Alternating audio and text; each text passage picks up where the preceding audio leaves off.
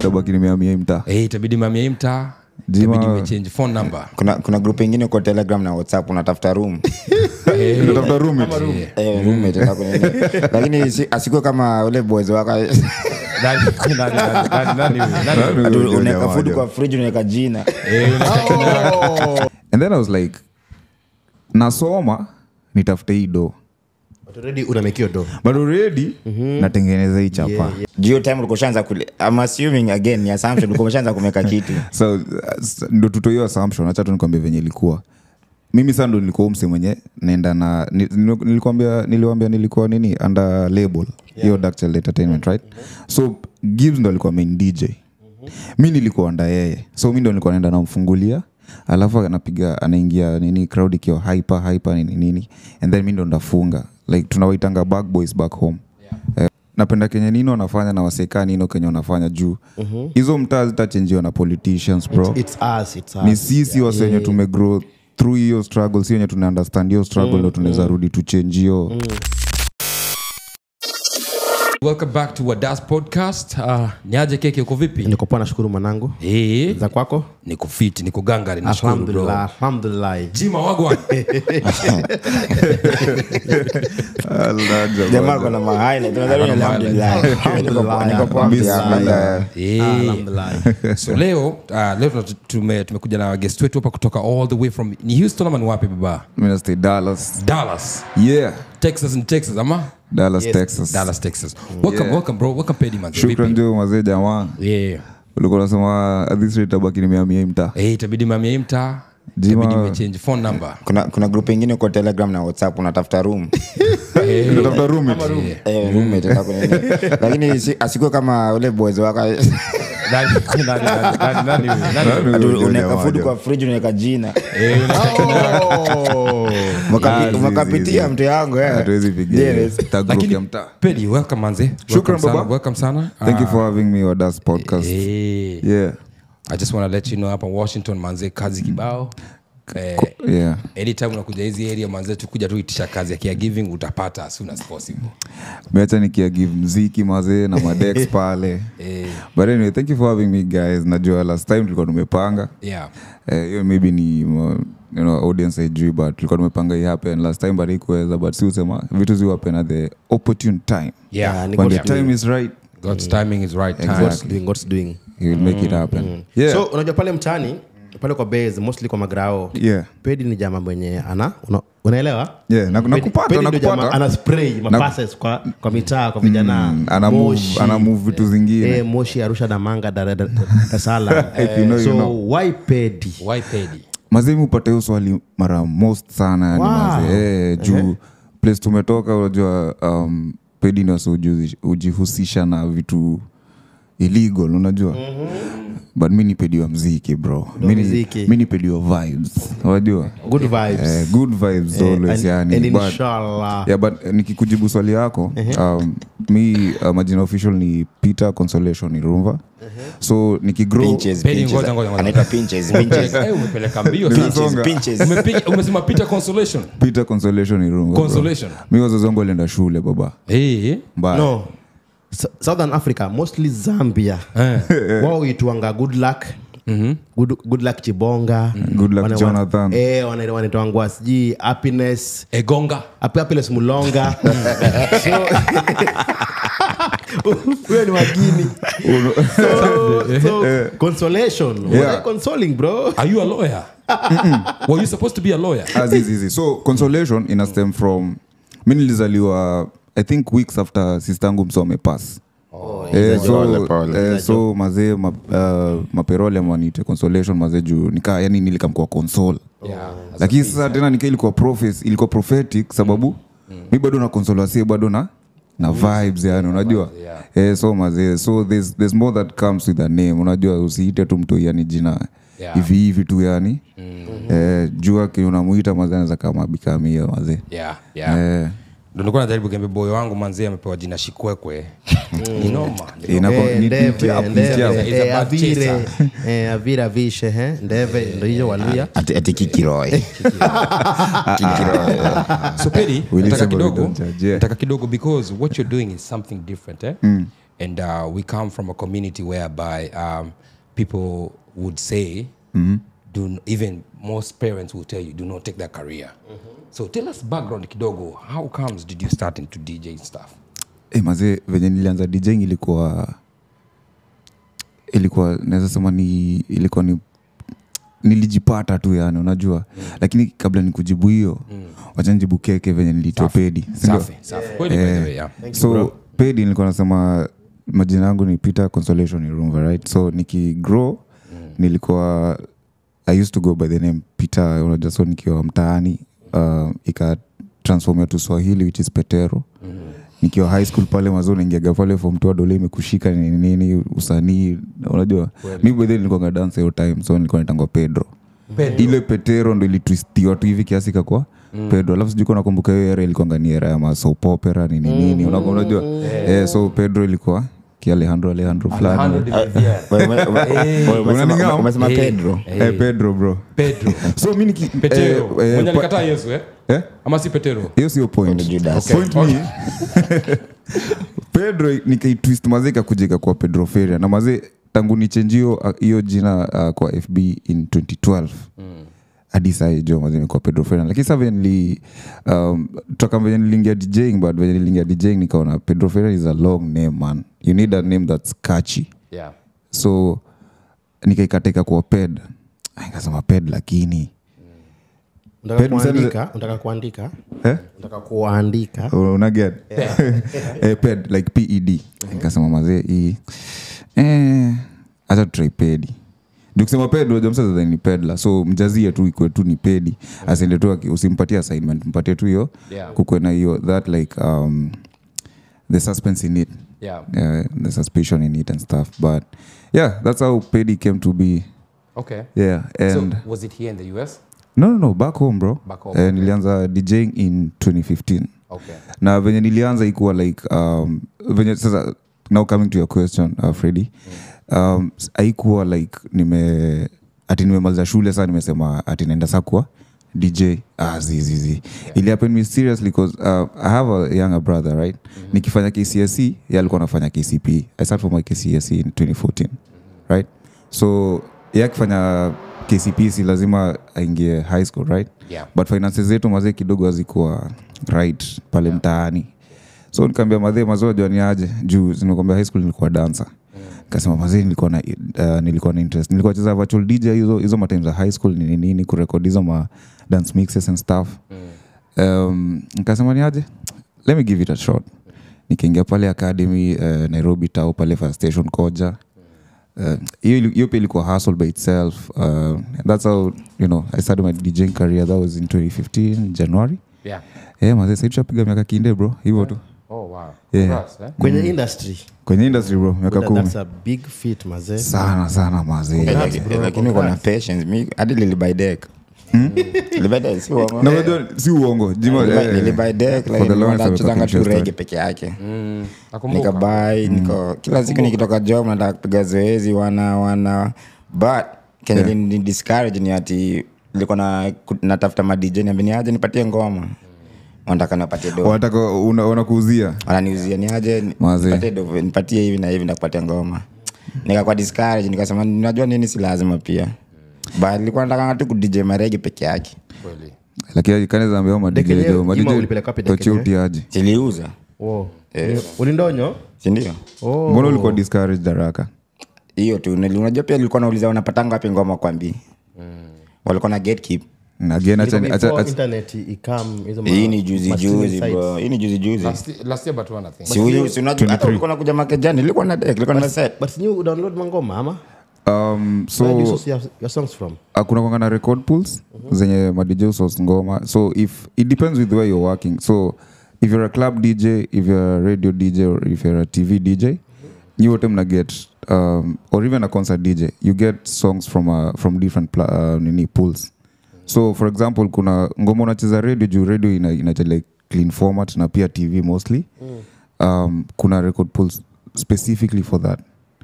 If it's unajua club unataka kitu fast beat nini hata sijui kama ushasikia kuna ngoma original imetolewa like a certain tempo or BPM and then unapata kuna mashup fulani unasikianga kwa club that's so catchy. So that's the work of those record pools and other creative DJs out there who do remixes and mashups. Hizo zina unakuanga umesubscribe kubaya you have to subscribe. So there's a monthly fee yenye lazima unalipa and do get your muziki, you know. Ba kuna DJ alikuwa amepatianga ngoma. Lakini nikicheza naambia DJ fulani kianza sasa nikasema pia ni uongo. Wamekatagi yake hapo hivyo. Ameka. So every time unacheza ngoma anasema DJ Freddy ai. Nikasema ni ngumu. Most ufanyanga hivyo maze. But I mean DJing ni kitu like usipokuwa patient kama venye Jima amesema ku give up ni rahisi sana bro. Ku give up ni rahisi. Mimi nikianza nilikuwa 17 bro. Yeah.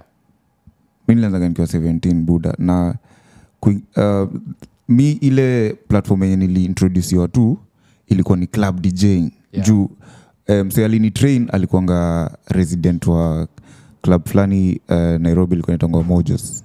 Pale kando ya Tribeca unakumbuka? Yes. Let me take this time man. Yes. Big up yourself DJ Roughneck. Hakuna DJ Pedig bila DJ Roughneck. DJ Roughneck maze. Sasa niliacha kiwakovo but story for another day. So yeah alibelieve in me. Akakwanga kinichukua ananipeleka kwa hizo like nasikia venye anacheza akifunguaga unajua. Na mimi mwambiaga wase DJ si kucheza tu hits. It's learning how to study like studying your crowd. Crowd science. And building your crowd up, getting them there. Yeah, that's what makes a good DJ. But yeah, alinichukua hapo hivyo akaniintroduce kwa hiyo club scene na venye kama vile tu nasikia mazee like a 17-year-old in a club bro.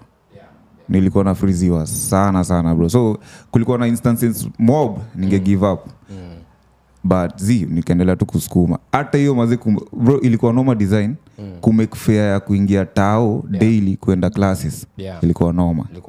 Lakini mazee ukijua ni nini na kusukuma ukijua mtani ni wapi umetoka man you have to go for it bro. So nataka kuadd on because nataka unajua nilikuwa at some point nilikuwa nafikiria labda ulianza hii process here in the US but bro. So how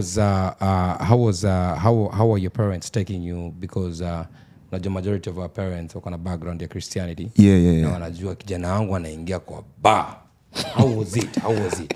Niko na story funny kwa sababu umesema kuingia kwa bar. Mom Paul I love you but you know this is what she said one time when a friend asked her so your period after school alikujanga kuna best yake alimuulizanga na bidhi Peter siku hizo ufanyanga nini?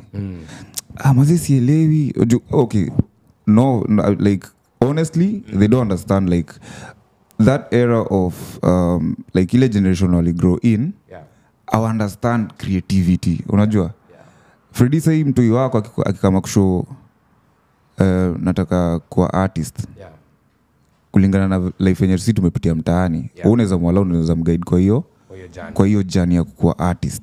But how nafuata understand hiyo time walikuwa wanajua unafaa shule ukimaliza kwenda shule upate uapply kazi ugraduate ukisha graduate apply kazi upate kazi uishi ungoje retirement udedi si ndio? But sasa here comes this generation yenye vitu zimechange bro, technology imekaa nini but going back to your question aliulizangwa Epita anafanya nini akasema ule sana pigianga walevi nini muziki kwa club walevi mimi entertain walevi like hiyo ndio understanding yake ya Kenya nilikuwa nafanya but then again you know you need some discipline. So Freddy wasema kuingia kwa bar, do you know hata maloya wengi kwa bar, maloya kwa admitted to the bar. Anyway, I see what you did there bro. Maloya kwa admitted to the bar. Anyway, time yenye uko naanza UDJ time pia nini ilikuwa inavuma Kenya industry night pale Tribeca on Tuesdays akina William Tuva akina fundi Frank kulikuwa na theme nights more bro. Yes, if I can remember pia Fredo Mondi alitoka Wagonyiro rest his soul man akina Obina bro hapo Tribeca on Tuesdays akina Obize akina Owago nakumbuka akina Tumbili. Yes, bro for the longest actually Tumbili alikuwa na host hapo hivyo Club 7 hapo Nairobi hapo Moi Avenue but main acts walikuwa ni William Tuva wa Citizen na fundi Frank na Fredo so kuna Mondi. hii fallacy that DJ wenye umesema tu yani venye it's very hard venye Jima tumesema very hard to kupata mangoma kuplay ama kutrain with it So mi kama msanii Wewe si msanii. example mimi kama msanii example Jima but I can't be msanii labda mimi msanii kwa Lakini msanii angalia nywele. Kwa shao.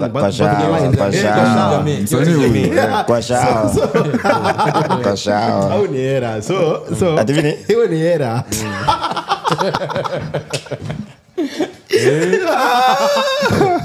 Unasema ni hira. hiyo ni era Frida kama umeipata. Bring it later. Karibu baba. When you uptown. so msema venye ni very hard kupata source ya mangoma Yeah. so msanii amekuletea mangoma wewe ni wale madeje wenye utrash mangoma za wasanii kabla hata usikize ama utasikiza alafu mpate chance venye nini ilikam into play into mainstream Gengeton na Abanton mara mingi walikuwa wanapuuzwa because they are instruments were being samples Yeah. wewe ni wale wasanii wenye kuna DJ mmoja huko Kenya ni very famous okay star Let's drop names ndio. yeah anakuwa anapewa ngoma na wasasa ni But anajijua. walirudi kuibuka baadaye Yeah. but alikuwa ana trash anakwambia come kesho studio ama kwa station 6 am morning unafika pale yeye anakam 3 pm baadaye alikwambia come 6 am Yeah. then unapata CD ana trash Nakumbuka hiyo. Yeah, so unasema. what do you think about upcoming msanii amekuletea ngoma yake labda hujasikiza labda umesikiza lakini ni vibe that you can add into your set what should you do ama what do you think about that Bro, honestly najua wako huko hivyo nje unasikiza. Mi ukinipatia ngoma yako. Mostly ndio casters kuincorporate there and then because of course I have to listen to what I play. A good DJ knows the music that they are playing, right? If I can do it like there and then either ndakuweka kwa mix zenye narusha YouTube ama kwa online platforms ama ndatafuta tu yani way ya kupromote but me I'm not one of those like keke area au ma DJs wenye walikuwa na quotes on quotes control watia media. gatekeeping. Hao walikuwa na gatekeep. Hiyo era iliisha bro. Yeah. Hiyo time hakukuwa na YouTube, hakukuwa na Spotify, hakukuwa na Apple Music, hakukuwa na SoundCloud, hakukuwa na hizi platform zote. Na ndio maana walikuwa wanafanya kile walikuwa wanafanya. Najua nishajua nani unasemea. Like anachagua nani ata hit, nani ata play, nani hata play. Hiyo era mazee na believe ilipitwa na wakati na unaweza sasa wako wapi? Wasanii wenyewe walirudi wakaibuka bro. Exactly, but sasa huyu mse ako wapi sasa? Akotoka industry lakini ana try lakini akotoka industry. Huyu mse pia nina story yake mazee. Tuambie bro. Mse mwaka ni 2021 bro. Life ilikuna mazee kwa time life ilinitwanga mazee nikarudi. Hiyo time mazee alikuwa amemove UG. Nikaendaga kwa mother UG mazee. So huyu DJ mwenye unasema huyo mwenye tumtaji jina huyo akaekanga competition fulani ya ma DJ bro. Kumbe all along uchali alikuwa na I think alikuwa anataka kuanzisha like competition ya ma DJ, alafu sasa alikuwa anataka kurecord at least one episode a pitch kwa TV kwa corporate bro. Yeah. Mwanzo unajua umse alinitumiaga hiyo email akasema ati nimekuwa I'm one of the shortlisted ones ni come. Bro nilitoka Eugene karudi Nairobi bro. Nikijuanga nimechukuliwa na nani ndaenda kucheza kwa hiyo time alikuwa na work na radio fulani na kwangapo OST pia Mr. Drop names radio fulani ya mayouth man unajua wanakuanga na Bima Jeep G na Benz fulani tamu baridi unajua so mazee umsali niletanga hivyo only kupata alikuwa amechukua wase wenye anajuana nao bro mabadis but nipo alinirudisha huko hivyo juu nikaanza kutafuta gigs unajua matime unatakanga umse mwenye atakusukuma utoke kwa hiyo comfort zone bro. So to you unajua foundation ya Ogopa DJs ni juu Lucas the main producer was a DJ na big up yourself Lucas. Yeah, so he used to produce ngomas kwa studio then anaenda kwa club anazisample kuona venye crowd ita react. Yes. So as a DJ to you what makes a good music according to you in your own analysis or is it quite the expert experience lakini according to you what makes a good music? Acha ndajibu swali yako venye nimeielewa. Audio si sound si visual audio tu labda. I'd say the different genres of course but the music serves different purposes. Ukiwa in love utaenda kusikiza a hard boom bap trap boom bap track for example if I can name drop always kwa like your you want to engage with your partner like romantically romantically romantically. And then when they kusikia for example Still Dre, you understand? So music will cover a different range of inspiration. So emotions. Exactly. Kuna ukiwa down kuna ngoma unasikizaga unasikia umeupliftiwa. Kweli. Ukiwa happy kuna like muziki huenda na mood fulani. Nikujibu kweli? Umenijibu lakini umejibu politically correct. Na try sana mwanzo nisikataje to zao. Unataka ku play safe lakini ni sawa. Hapo unaweza kufanya kwa tazao wenyewe unataka. Jima take it over. Hata kama una play safe lakini ni sawa. Jima take it over. Hapo kwa kona. Kile nataka ni inject. Na mimi sitaki kuinject. Na hapa tunasema kwa dada unajiachilia tu. Nimejiachilia hivi ndio mujiachilia. Unasema tu kama friend ni mtiaji unasema friend ni mtiaji. Ndani shehe. So Pedi nataka kidogo tuingie deeper. Yeah. So ukakuja US around what year? Bro. Mimi ombega sasa hivi nadhani nawadanganya bro, but mimi nilika US 2023 end of March. End of March, eh? End of March, bro. Okay. Mimi nimejaza 2 years like weeks ago, bro. Hey. Yeah. 2023. Yeah, 2 years. Thank you, bro. Ina maisha ndo utoke mtaa ulikuwa already should know this is what I'm doing. Mazi. Kuna kitu sikuwa nimewashow mazi. Juu mapero walikonga like scholars. Wote by the time namaliza high school wote walikuwa na masters zao. Yeah. So ni venye tu like walikuwa disadvantaged financially. Yeah. Ndio singeweza ku proceed na education. Hiyo point yenye nilikuwa nime join DJing. Yeah. But in 2016 I went back to school. Okay. But I dropped out. That's the sad part, bro. Not really sad because I mean life will happen venye inakuanga imepangwa, right? So kenye ili happen nilienda shule fulani hapo hivyo kole fulani hapo hivyo Nairobi nikafanya 3D animation and multimedia studies, a higher national diploma, but I didn't get to complete it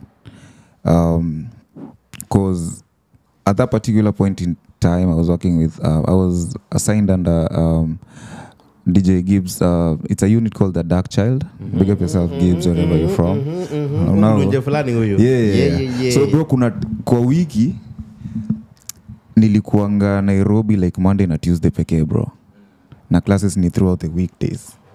So hakuna venye ningeendelea concentrate na classes. Just to put it into perspective, tulikuanga signature. Oh shit, I said start drop names, but anyway, wadasi ni kujiachilia, right? Yeah. So tulikuwa naenda Club Signature Eldoret on Thursday, Signature Kisumu, Friday Signature Kakamega, Saturday back to LD, and then Sunday we had a residency at a club in Thika called Blend Thika. Yes. So unaona nimeshinda nikitravel throughout the week. Yeah. There's no way I can focus on studies, right? And then I was like, nasoma nitafute hii do. But already unamekio do. But already natengeneza hii chapa. Hapo umejitega, nilikuwa nakungoja. Ngoja, kamluni. Listen, I wouldn't advise anyone to do what I did, like dropping out, but that had to happen for me to get where I am right now. I'm against that, but I mean like masomo ni muhimu sana. I'm back in school now, bro. But like that had to happen back then. Back in school pursuing psychology ama DJing bado? Zizi bro. Sai nimeingia kwa hii field ya IT. I'm doing data analytics and business intelligence. Sema tu bado tu ni finger works tu bado. Yeah. Mboga ndio mboga. Ndamrudisha kwa mtego. Nilikuwa na try kumrudisha kwa mtego. So unaona hapa uko anaendanga shule na bado anaenda job. Yeah. So do you think uliacha kwenda chuo ama uli drop out because your time ulikuwa ushaanza kuingiza ka kitu? Bro, kenye ili happen nilikuwa gana noma na huyo admin. So shida ilikuwa ni admin. Shida ilikuwa admin, bro. Admin alikuanga rules zao shule. Hiyo shule ilikuanga ni BTech. BTech ni it's a British system, just to put it into perspective. So BTech ilikuwa hauwezi ukubalishi kuhata like consecutive Mondays and consecutive Fridays. Unaget? Ukihata venye tulikuwa tuna study kwa hiyo like wewe ni best yangu naweza kuambia ni aje nisainie leo ionekane nilikuwa class. But sasa penye wasa walitupata ulikuwa na student ID na password, so lazima ulogin kama Saibo. Nakumbuka vile Saibo mtaani ilikuanga hiyo design. So lazima ulogin ndio uonekane ulikuwa class. So mimi nilikuwa na sign yangu, nilikuwa na maboys wangu walikuwa wananisainia. Get mtu sentana na kwa familia na hiyo. Najua wengi wameguzwa makomrades, but yeah, nilikuwa na sainiwa but siko present mazee. So ukihata class account yako inakuwa locked. Ndio unlockiwe lazima uandikie admin letter, uipeleke in person ndio uifunguliwe. Bro, mimi ilifika point mazee alikuwa dina file yangu mimi mwenyewe ya mabarua. Hadi akiniona nikiengengea anasema, "Oh, so it's you again." Ikafika tu point akaniambia, "No, you know what? Like just go think about your life, like ukiwa ready ukiwa poa like unataka kusoma." Kama usome. And of course I went and did that, thought about my life. I was like, "Yo, you know what? Mzazi amerusha do kwa hii kitu, like amelipa already. So let me just continue with it." But then again I sat down and I was like, so kuna hiyo one time tulikuwa narudi Nairobi like Sunday on a Monday morning. And then tukapatwa tu na traffic, man. It was so unfortunate. Niliingia home around like 4 a.m. and I have class at 8. I was like, acha ni miss leo ndaenda kesho. Kesho ikafika nikasema, acha ni miss leo nini kesho. Kesho singeenda juu tulikuwa na travel hiyo kwenda. Unakumbuka zile masafa tulikuwa napiga Eldoret. Wazi. So nikasema nimesha miss hii wiki. Acha nenda next week. Next week ikafika. Acha nenda next week. Bro, even when you drop out, that's how it happened. Yeah, so unfortunate, but yeah, it had to happen. Na kama ungekuwa unalipwa, I'm assuming, hii ni assumption, nilikuwa na assume hizo gigs ulikuwa unaenda ulikuwa unalipwa. So most of the time ukianzanga kitu, kama venye wewe ni DJ sae, ningekuwa na learn from wewe, unaweza kuwa uko na show, alafu unanipatia ni warm up crowd. Inakuanga masaa 4 hapo before wasaja. Sound boys. Niko tu hapo na warm. Usually wenye na mingi hapo ukianza walipanga, si ndio?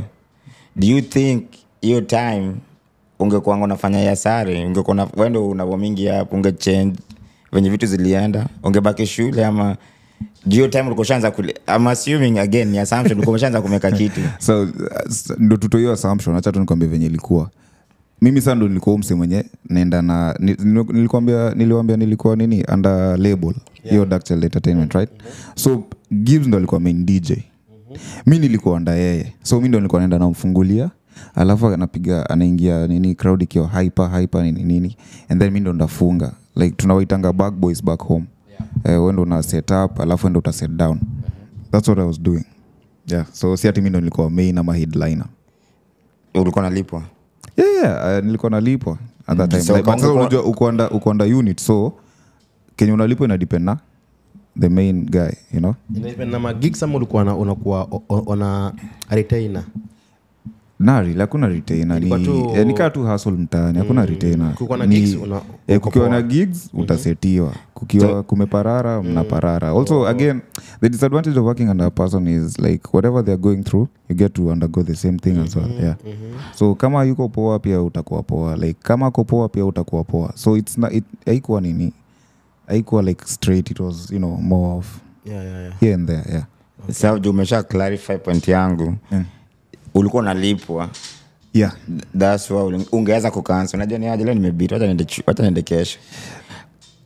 Switch ingekuwa tu sasa wewe unafanya because una learn from the main DJ. Yeah. Ungekuwa unafanya asari, do you think ungekuwa unaweza ku afford ku miss hizi classes? Point yako ni, I think unauliza something to do with passion, right? Yeah. Will I be passionate enough to still continue doing it even if I wasn't getting paid? Yeah. Right? Man, I've never thought of it. Sijaifikiria kitu, but I think I would. Hata ukilinganisha Kenya alikuwa na make na Kenya alikuwa na make as equal, like there was a big margin in between that, but I still continued and did that. Like as long as my basic needs are getting sorted, ndazidi tu kupush juu najua ipo siku ikitu itajipa. Yeah, and 12 creatives uko hivyo maze, regardless of where you're working, whatever you're undergoing, like just keep pushing maze, zidi kusukuma hiyo content. Siku moja tu maze itakuja tu ikubali. Kwa hiyo umeniletea mangoma zangu? Niko on bro. Kwani DJ unataka kuwa DJ ni reggae nilimwambia hiyo Dex aliuza hiyo ndio atafute tena inunue tena. Nataka something better than you. DJ tu reggae anataka kuwa Reggae tu. Najua napenda reggae. Kuja kwa kidogo Yeah, Freddy. So umefika hapa US, umekuja program ya DJ ama umekuja tu familia iko huku ama imekuaje? Tulikam na farm tulikam si wote na farm. Okay. And sikuenda ile DJing straight up. Yeah. Of course unajua state all lazima kwanza ujiset. Lazima uji-establish, bills have to get paid. Yeah. You have to find your footing, unajua. Yeah. So I found my footing. I think niliingia March nikaingia DJing I think towards the end of July, August hapo hivyo ndo nilirudi kwa DJing. Okay. Yeah, so nikapatana na DJ Will pale Rafiki tukapiga na yeye. Introduced to DJ Josh at Africa Fusion ilifungwa last year. Yeah, and then mazee from there on ilikuwa tu nini like moving upwards, man. Okay. Yeah, it was just like we were on an upward spiral, bro. What were some of the challenges? Because now compared to Kenya, now tumechana na Kenya tuko hapa sasa. Unapata hapa hivi probably ulikuwa unafanya job, I'm not sure what kind of job you're doing, so your commitment is totally different than home.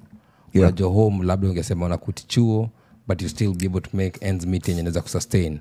Hapa it's totally different because now here you're already committed to the jobs. What are some of the challenges ulikuwa una face that kept you going to pursue in the DJ career?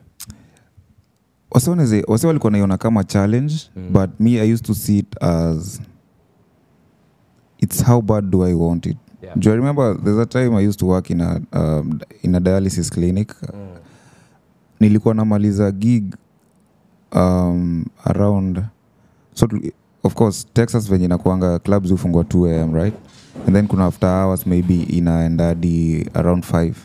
Bro, nilikuwa natoka kwa club 5 nikiwa na scrubs kwa gari.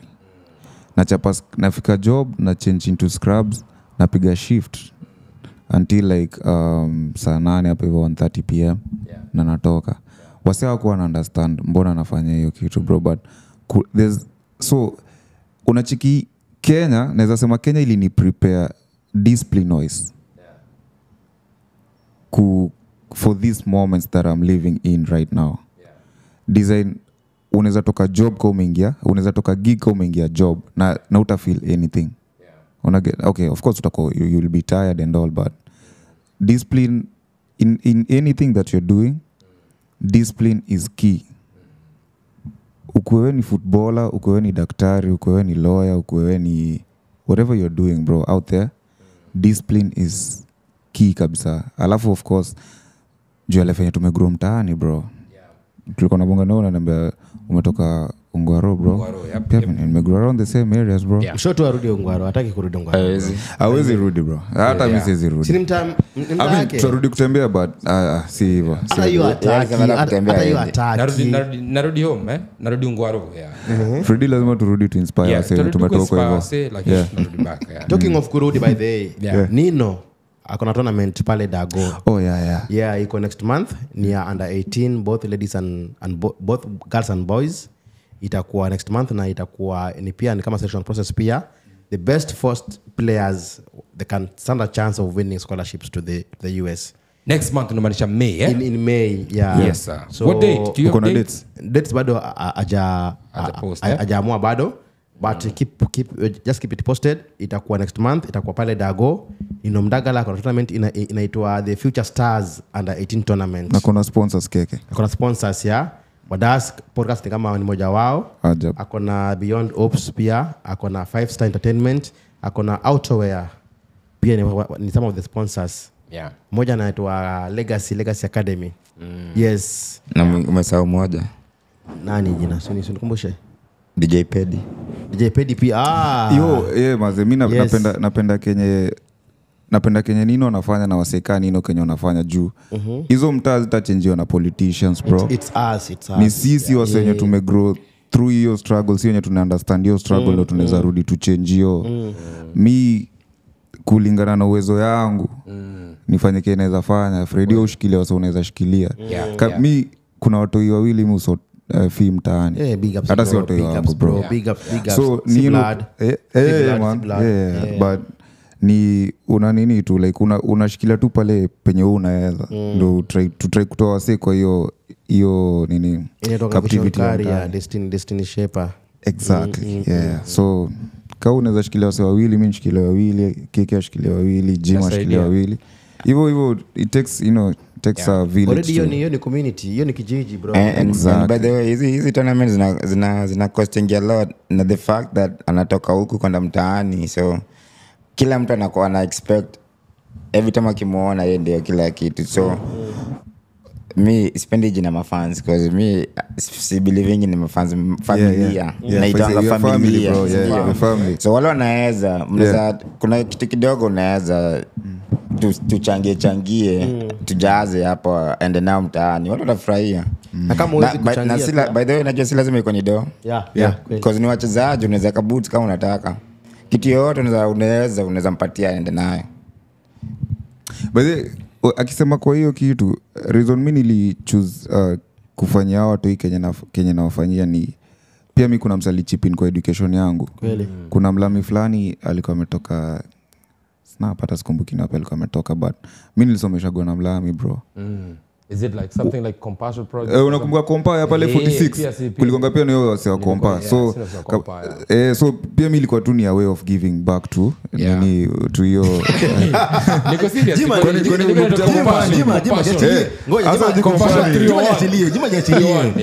jachilie. Mimi pia ni mradi. Nimekula shida mzai. Lakini ngoja kidogo.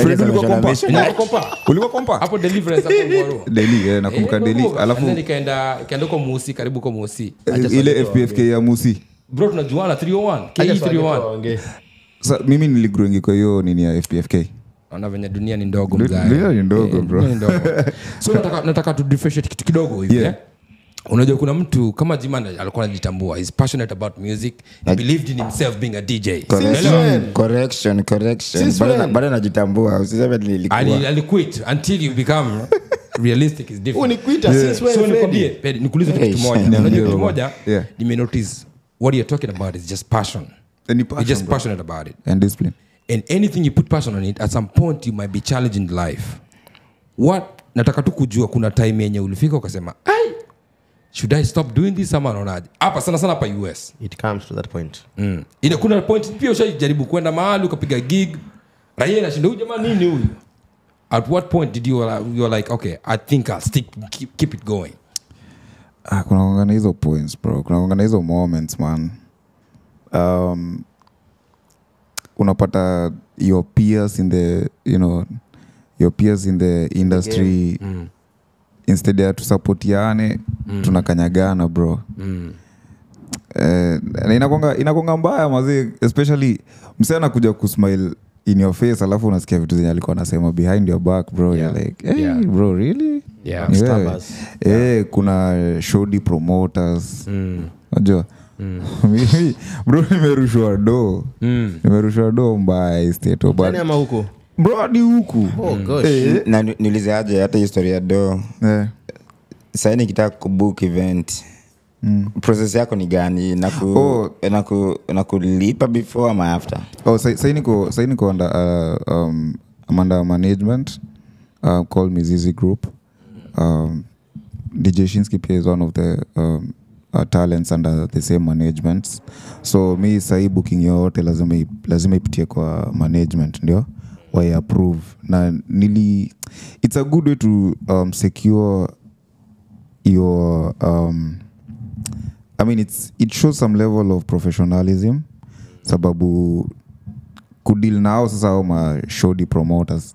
Let me tell you guys man, like to this point kuna wase wenye watakangi kudeal na yeye, wanataka kudeal na mimi like personally. And bro na break protocol like enda through yeye.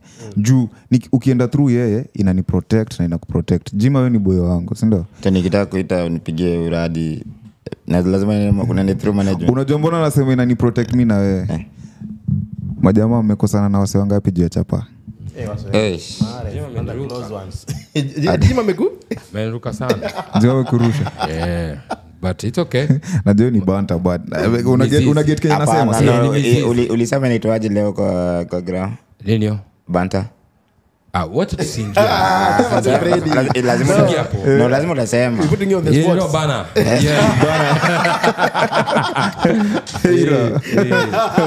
Hater. Yeah, But so, it's one of those, bro. Like, to protect our relationship, just go through the management, bro. yeah. That way, like, things will get done. Like, minda deliver party yangu na wewe pia deliver party yako. Yeah. Juu una deal na yeye. Yeah.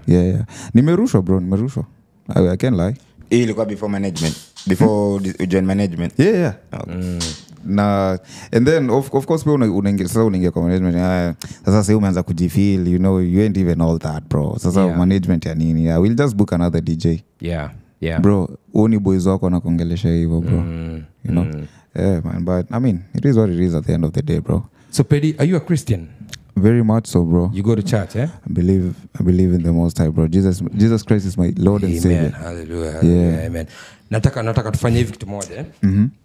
Unajua, we come from a different generation, eh? Yeah. Generation ya wazazi wetu walikuwa na believe you go to school, you become a lawyer, you become a doctor. Yes. You know what I mean? Yes. That's when they call you out with pride.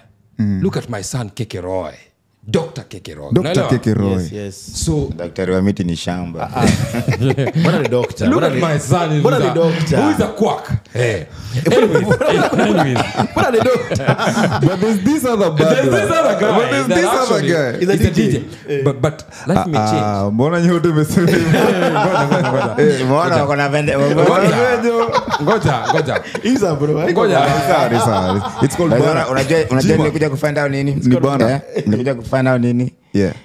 DJing is one of the best side hustle you can ever have. How so? How so? Because they pay. They pay. I don't think I would not go with the pay. Is the pay. Because now tumekuja back to it. Wacha nikuje back to it kidogo. Yeah. So the world has changed, eh? Unaangalia kama mtu kama kina DJ Khaled, eh?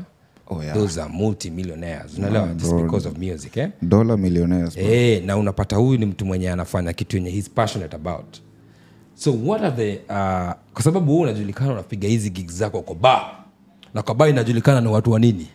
Baadaye apigange gikoba peke yake. Ngoja kwanza kidogo. When it comes naturally, if you say somebody who's a DJ, what goes through I'm talking about our parents. Yeah. Watu ukijiintroduce kidogo, kosa ukijiintroduce kidogo useme wewe ni DJ. What goes through their mind? Huyu kijana anacheza muziki wapi? Kwa Levi. So how is it? You umesema you're a Christian. How is the perspective when you go to church? Bro, I mean, starting out I used to get judged a lot, especially pale mtaani. But again, Kenya tu nilirudi nikasema it's discipline, bro. Mimi nikianza nilikwambia I started at 17. I was exposed to that world at a tender age. But then unakam ku understand. Oh bless you. Unakam ku understand kuna what makes you as a person. How were you raised? You know? Would you want to overstep that and, you know, go ahead and do whatever it is that they're doing at the clubs? You can be, Jota Bible lenye usemanga, don't be of the world, right? So we are in the world. Imaanisha ati don't live in the world, but don't be of the world. Don't lose your soul. Exactly. Like we are human beings. We live in the you know, in a dirty world and stuff. But zile, of course, again going back to the Bible, raise a child in the right ways, and when they are old, they won't depart from it. So so I'll give credit to my parents, man. Me, I was raised in church. I was raised in they showed me what's right, what's wrong. So kuna vitu mimi nilijiekeanga from the get go. For example, nilisemaga stay toka na dem kwa club. Bro, to this day 10 years in, sijaichota dem kwa club. Na kama ako weke hapo hivyo kwa comment section. Mapema sana. Like that's how confident I am, bro. Sijai. So wewe uchota kwa parking lot ama unachotanga hapo? Unachotaka nje.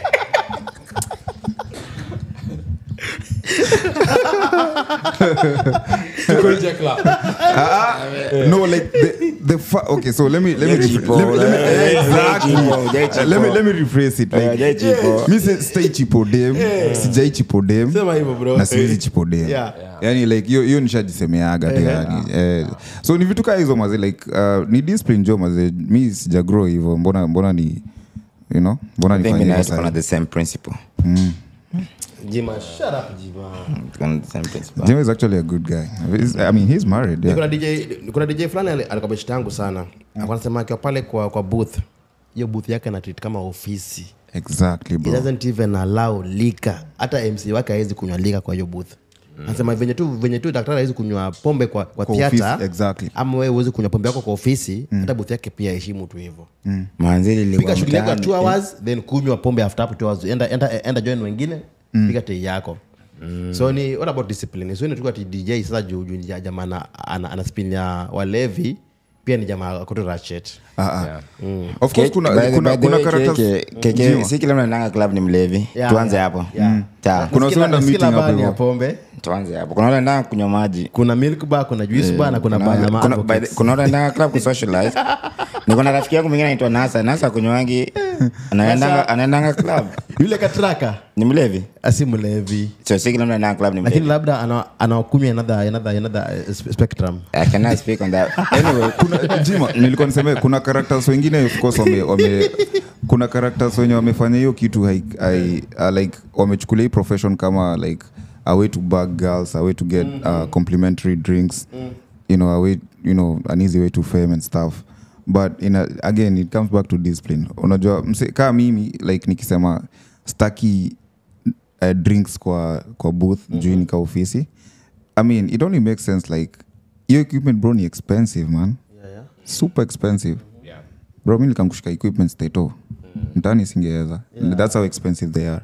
So ku nini like ku protect your investment ya mwenye club hapo hivyo ama pia yako juu at times I go with my equipment, you know, to gigs. So just to protect it na ku you know like ku respect, just don't bring drinks at the you know hata iko hata ni maji bro. Juu maji kimagiki hapo hivyo the whole thing is ruined. But you need to hydrate. I mean eka hapo kando. Nasema unakuja kuna kusumbua hapo hivyo. Usikuja kunisumbua nikifanya kazi mazee. The same mimi sikuja kusumbua ukiwa kazi. Mimi na feel kuna sehemu fulani huko umeexhaust vizuri. Haikuwa exhaustive venye nafaa ikue. So first thing mizizi. Lile yenye sio na kwa YouTube kwa mangoma za watu. Ile kama ngoma mizizi Veno ni kama inatoka si Veno si ni kama niyo same one mizizi. Mizizi group they deal in events, fashion galas. Wako based wapi? So it's a partnership. Kuna one partner is in Dallas, the other one is in Houston. Okay. Yeah, but based in Texas. But they they work all over the states, actually all over the world, because I've seen bookings in Africa, bookings in Canada, Australia, Europe. So my second question is, what makes it good to be under management stable than to be a freelance or independent? And ingine ni so mimi nikikam mimi niko na gig, I want a DJ. Yeah. Si specify nataka DJ Myubi. Si specify okay, isasema nataka Pedi ama Shinsky. Yeah. How do they assign a DJ to me? Kuna algorithm ama kuna frequency ama kuna roster ama how do they do? Are you a member? Ama kuna membership? Yeah. Kuna membership. So mimi ni client. Niko na gig, I want a DJ. So what happens with actually that's a good question. But what happens with that is mostly as far as I know, ndajibu Kenya mimi najua, right? Wase wanaenda kwa management ni wanaenda wakitaka a specific person. Okay. And then probably if one is not available, then maybe the next one can pick, you know, like atuna ni kama ni ukiwa shop unataka kubai wakumbuka ukienda pale soko mjinga pale Ongoro. Leo ilikuwa nyanya $3. I mean $3 bro. Nina feel so Freddy Ongoro. Nyanya unataka kubai slipo bro. Mlikuwa mnapiga bila nyanya, mlikuwa kawangwari, unapiga tu na kitunguu. Kitunguu ndio muhimu. Unaambiwa hakuna ni luxury na maji kwa wingi. Unaambiwa hakuna nini, hatuna slipo za umoja but unaweza va slipo za bata. Zote zina serve the same purpose, right?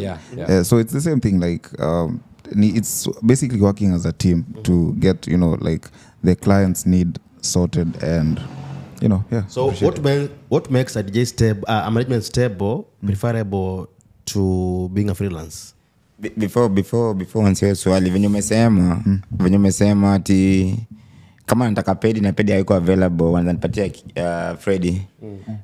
Is the rate the same ama kila DJ ako na rate zake? Na mko na rating baya. Good question Jima. Yeah, that's a good question. Yeah, no, rate as in payment. Of course kila DJ ako na rate card yake. For example, my older brother Shinsky, so I don't believe I'm in the same bracket as he is, because there's more demand for him than there is for me. I mean, it's that's how it is. Soon come. Soon come. But of course we're working towards that, and there's that, like we don't have the same rate card. It depends also with the time yenye put in, time yenye nime put in, level yenye yako, you know, like in the DJing thing, and also level yenye niko, like bro, I'm only 2 years old in the States, bro. Miko hapa hivi for me. Not in the game. And also not in the game, like, but I'm following in his steps. Juu singekuwa nafanya Kenya nafanya kama hange pave the way. So I'm leading, I'm not leading, but I'm following his tracks. Bado hujanijibu. Mbona prefer management stable than being a freelance? It saves you a lot of hassle, bro. Saves you a lot of like disappointments. Saves you a lot of everything goes through the management, bro. If it's like the bookings involve like your flight, logistics. Logistics basically, like your flight, your accommodation, your movement to the venue, to and from until you come back, and also the like the part yenye inagonga tricky for everyone, payments. Already utakuwa maliziwa. So your work is you're a creative, so do your creative bit, let them handle the business bit. Okay. So we unaenda tu kudeliver like your talent. Since you're on that, I was talking to Calligraph when he came to the US. We were talking about a little bit what's going on. Bro, big up yourself now. Bro, is fun. Omolo decided to take his best friend to be his manager. Shire Francis. So his best friend. And I believe Milele, it's a group. It's a company. Mizizi. So Mizizi. I take it back. It's almost the same. St. Anthony, Kitale. St. Anthony, Kitale. Bro, alikutongoroka kurusha Kitale. Take it out. They should have compassion for you. Anyways. They were not compassionate. No. They were not compassionate. Thank you, bro. Why don't? Because I believe you, Milele. Or Mizizi. It's the accent, bro. It's a little confusing. You understand? I know that management. At some point, there's some commission they take, or there's something that they take on that. When I was talking to Calligraph, he decided to take his best friend that he grew up with because they understand each other. I was talking to Bien the other day, girlfriend, was wife, the manager. Cheeky. Why don't you take somebody that's close to you, that would relate to you, and you can be able to talk on your behalf? Because I think at the point here is to make sure that you're booking me, my money is secured, you've talked to this management. Why don't you do that? I'll answer a question like this. For example, like the example that you gave, Shirena Jones walikuwa pamoja high school, walikuwa deskmates. So before Jones was Jones, Shire believed in the vision. The worst thing about, again, taking your friend to be your manager, inaweza kuja, I mean, of course, when you're established, inaweza kumkuharibu best yenu, bro. Because you might feel like they're feeding off of you. Unaget? Kama ile Sedo na Nyash. This is a wise guy, bro. Kama enye akili ni nywele. Kama tukinyoa. Exactly. Na kwa I don't know. So unataka kusema mimi ni nini? But unachikika story ya Sedo na Nyash. Kuna verse ya Nyash fulani usemaga nili make millionaires waka get greedy. Unaget? So kulipo kama manager na wewe ni contractor. Exactly, bro. Like but kama Sedo, I believe ka Sedo angekuwa amewak na, man, sorry I'm name dropping, but if this particular case in point, like Sedo angekuwa amewak na Nyash from zile enzi za Klepto, wangekuwa na a certain understanding, which is what Shire and Jones have right now. Yeah. They have that understanding. Yeah. Jones alijenga Keja. Licheki the match that amejenga Ngong. And then Shire anafollow unajua like wana grow pamoja. Sahi by the Shire anaendelea kujenga sahi. Hapo kando yake. Kando. Unacheki. Juu in as much as we are business partners, we were brothers first before we became business partners. Yeah, so if I don't know if I've answered your question. Yeah. But other brothers wanakosana, hata P Square they were twins, tumbo moja. Shilingi maua tena ya ua. Hata Stella zirudi. You understand? Watalirudi na mgeni. Mimi niko na trivia ama Jimmy uko na swali? Sina swali, tusikie trivia yako leo. So tusikie trivia. Uko kwa mixed crowd concert. Crowd imeboesha. Yeah. Ni set gani ukidrop tu hivi wanachangamka? Ni mixed crowd. Si hapo si ni mixed. You come na time ku understand crowd psychology. Ni kitu nililearn when nilikuwa na wakanda Dark Child, and also like doing my own research. Nilikam kucheki DJs wengi wanakuanga lazy wapigangi hiyo research. Na ku learn crowd psychology. For example, hawezi bukiwa show in the Caribbean. Yeah. Uende ucheze Afro Gengeton na Mabanton. There's a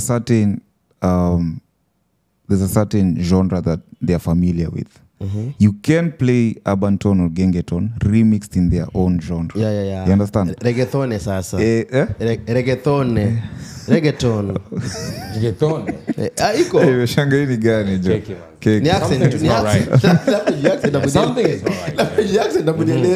Hako sawa. But yeah, unaweza cheza nayo alafu uilete kinini, uilete hiyo design yao.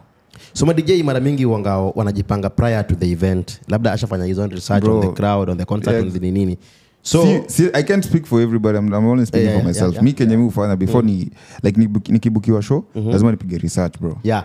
Venye ndacheza tonight, si venye nilicheza last week. So swali yangu ni, ushajipanga ulifanya your own research prior to the event, the crowd, the audience, the set, the nini. Then uko booked na show na Shinski. Then umeingia hiyo show, DJ inafaa kuwa spontaneous, inafaa kuwa creative, inafaa kuwa flexible. Yes. So umeingia show ukapata Shinski ampika seti yenye ulikuwa umejipanga nayo. Yeye pia set alikukupa manini, lakini labda ulipanga kuingia na set fulani ashaipiga. What do you do? I'll go back to what makes a good DJ. It's that crowd psychology. Like ma DJ wengi kuna at a moment in time a few minutes ago tulikuwa tunaongea like msemo anaweza cheza like how to build your crowd up. Yeah. So mi usemaga what makes a good DJ, it's not a DJ who can play hits. It's a DJ who can like unawaleta tu, yani unajua unawa-maintain alafu ikifika ni time kwa una build into versatility and then utawatuliza bado pia. It's like how to work on your crowd work. So if my brother angekuwa ameshacheza and then I'm coming like to set things down, or maybe I'm playing after him, first of all it helps kukua at the venue understand ni mziki gani ameplay so that you don't repeat the songs. That's very key. It's very important. So just know that, and then you know like work sasa hapo sound experience yako inaingilia, bro. So far niko na two questions. So far which is the biggest stage yenye umegrace na ni gani una aim ku grace in the future? Sasa you are the sought after DJ. Oh my god. Back home I'd say Koroga Festival in 2019. Ila Koffi Olomide. No, that one I can't remember the headliner, bro, cause before it happened kuna vitu most zilikuwa zina happen na nilichukuliwa last minute, bro. Like msemo alikuwa anafaa cheze akushow up, mimi ndio nilikuwa tu yani msako feel. And then bro like kuchekio crowd venye ilikuwa, and then also kulikuwa na Davido the same 2018 pale Uhuru Gardens. Hiyo Koroga ilikuwa Two Rivers. Bro, that one was kuona tu crowd iki react to that. That was something else. And then after venye nimekam Stato like last summer when I like under my management we did the first summer tour. That was also something big, like not like a big stage. I mean, it was a big move. I'm not answering your question like in matters of the biggest stage, but that was a very key moment in my career, like having to go on tour in the States, bro. From Kawangware, bro, from Satellite, from Kabiria, bro. Hiyo ilikuwa kitu ingine, ilikuwa massive, man. So yenye sasa una dream yenye na aim ni I'd say Afro, what's the name of that thing in Afro Nation? Afro Nation, yeah, that one. Mimi na swali. Swali yangu ni ya ma DJ. Ilifikaje point yenye ma DJ na decide ati reggae inachezwa last? Again, it depends with the joints you hang out at, because me one thing with me, like always tell, bro, tunaweza kuwa katikati nini na nikurushia hip hop na hakuna kitu utadu. Okay, like kenye utadu na utajibamba. So unaweza leo naanza na reggae, leo naanza na reggae ndamaliza na hip hop or R&B, or maybe ndaanza reggae ningi R&B, maybe hip hop and then Afrobeats tukiendaga mapiano and them. Yeah, like it depends with your DJ. Jua kuna kuanga na wimbo mmoja wanachezanga tu saa kuenda. Sijui kama ninaambianga tu waende, but ni reggae. But at the same token, my other problem with DJ ni ati tumetoka hapa vizuri tunaenda inaweza kuwa ni Afrobeat na tumeenda reggae, then at some point unasikia Genge Town, unasikia Mugithi, unasikia Wangla. Ilikuwa ni themed night na working with themed nights. So do your research on the DJ, utapata kwa field for a while to understand venye game iko. If you're booked for a themed night, let's say it's reggae for example, play strictly reggae, bro, because your clientele are there because of what they want. Regardless of if one person can come and request an Afrobeat song, just tell them, man, like this night is specifically dedicated to reggae, so this is what we are doing tonight. But how do you do that? Because mara mingi nafikanga mahali mimi victim. Yeah.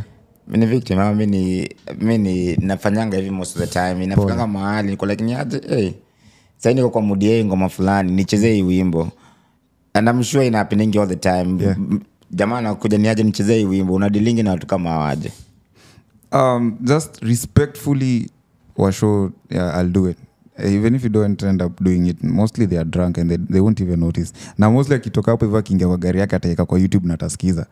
You know? Just do it respectfully. Don't like count them out, like don't, you know, like shove them, you know, under or something like that, like una wamoko or something. Just do it respectfully. Just I'll play it. Mimi usemaga aenda kucheza na kuchezea. Kwanza with a smile aenda kuchezea. And then you know, go around my side. Yeah. Like if it's something that makes sense that ninaweza fanya hapo hivyo sahiyo, I'll do it. But if I can't, nakwambia toa popo. Nikuje nikupiga na kambao, niambie niaje nichezee ngoma. Any tip, right? Bribe tip. If I wouldn't do it, like me, by then mekata do kwa nini kwa booth. Nakwambia mazee, kauna feel nisipofanya itaku nini? Just have your money. Ama mostly hata tips muzie kila gapo hivyo mbele. Kuna wale watu wanakutip because wana appreciate your craft. Yeah. Na kuna wale watu sasa zingine nafikanga nikai ni matanga, ni ave ndishika nataka mchezee ngoma fulani. Unajua unakumbuka matanga za mtaani? Disco matanga? Unaniambia niaje shika hiyo nichezee. Disco matanga. Shika hii mbao nichezee ngoma fulani. Bro, mazee, God ametubless tuko levels zenye tunalipo more than hiyo mbao jo. So wewe kwa una feel yombo yako ndio imenifikisha kwa nini? I mean, respectfully again. Yeah. Just have your money, I'll just do whatever I can. So una agree DJing is the best side hustle? To me, it is the best side hustle. Because of the pay? Yeah. Huh? Because of the pay? That pay comes with time, bro. Yeah. Speaking of side hustle, nataka tu peli umekuja hapo in a very humility, very humble. Nataka tuangalie ni kamera gani tunaangalia. Ni kamera naangalia hapa. Ile pale. Nataka please advise somebody that's passionate about their gift, that they are well told this cannot take you somewhere. Utamwambiaje pale? There's a verse in the Bible that says in all your efforts acknowledge God and he'll direct and crown your efforts with success. That's all I can say. That's my yeah. Amen. I think tunafaa tufunge na hiyo. kabla afunge please share your handles wenye msee labda na wewe angekuwa na wewe aje share your handles IG DJ Pedi on all platforms. That's where you can find me. Okay. Yeah. And always remember, stay humble, stay disciplined. Yeah. And be passionate about what you're doing. And by the way, wale tunakuanga Works Friday, anakuanga pale TikTok live. Itafanya siku yako ende haraka sana. Okay. Anakuanga inaturoga mbaya. Sasa kuna venues mob sana za kupush craft yako. An accept live. Alipata ingine juzi. Ni God bro, ni God. Pedi nashukuru sana. Unajua mmoja hata yuko TikTok. Mimi lazima najizitu wapi. Pedi nashukuru sana manze hii asante sana manze. Bado na recognize. Manze yani kutoka mtaani alafu nakampata hapa hivi. Na recognize efforts. Big up yourself bro. Bless up sana. Hata mtaa yako pia niko na story yake. Wewe ni wapi by the way? Mimi na Kisumu City, Kisumu City. Pale ile shule iko na pool. Kisumu Boys iko na pool. Nyamasaria. Na hata bana mimi na tao CBD. Pale Kisumu Boys? Kisumu Boys hapo nyuma Kisumu Boys. Nyuma Kisumu Boys. Nimegrow hapo na nimezaliwa hapo. Unajua nimekuja kufikiria unakangala watu wanenye cause nilikuwa naishi pale nilikuwa naenda hapo. Jua tujui hatuweza clarify. Inaitwa Upper Railways. Nimegrow hapa Railways. Ndio kana Kisumu Boys. Iko nyuma Kisumu Boys. Ulienda huko? Yes. Ama ulikuwa unajua tu hiyo shule ulikuwa unashika Come on bro. Kuna evidence. Kisumu Boys High School baadhi. Evidence kwa karatasi. Na mimi vice chairman wa CU association by the. Okay. Nilikuwa naenda kusema CU. No, ni juko majuu wanajua utatuma dola. I don't bribe. I don't chase, I don't beg, you know. Sawa, calm down. So tufanyaje? Check Pedi. Also recognize pia not only unafanya tu just at the bars, unafanya pia weddings. Yeah, we do weddings, we do concerts, bro, corporate events, everything, bro, like baby showers, every event, bro, like that needs a DJ will be there. Okay. Follow me on all platforms. Everything that I do is on my platforms. We can connect up there. Yeah. Bless. Manze, bro, nashukuru sana. Shukran jo manze tena baba. Asanteni sana wa Das Podcast. Man, this is the biggest podcast right now. Asante. Ingia pale YouTube, subscribe, like, share and comment. Manze. Shukran jo sana wa jamaa for having me. Yeah. Hapo ndo tunasema Jima. Hapo ndo tunasema wa Das Podcast. Tunajajilia. Until next time. Kaboom. Kaboom. Boom.